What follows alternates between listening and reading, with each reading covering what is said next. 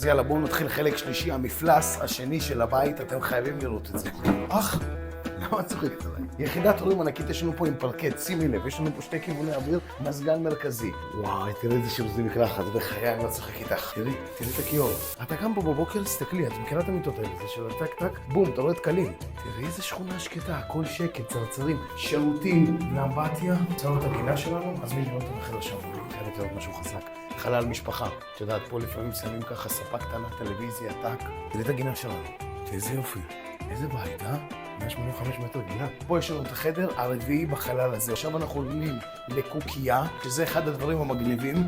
אתם יודעים, יש את הקטע לאישה, אני רוצה את הכביסה, את השקט שלי, את הזה, בום. קחי חדר שלם רק בשבילך. היא מרפסת בסיגריה. עולים פה, זה קוראים לזה החדר של המתבגר. זה מי שמגיע לגיל 17, מוצא מישהי או מישהו מוצא מישהי, בום. טק, מקבל חדר, הוא לבד, סוויטה שלו. פה יש לנו עוד מקום למחסן. 3 מפלסים, המפלס הזה זה קוקייה, המפלס למטה, 4 חדרים, מפלס עוד יותר למטה, סלון ומטבח ענקי, משופץ קומפלט כל הבית, דו משפחתי בסבני ים. כמה עולה דבר כזה?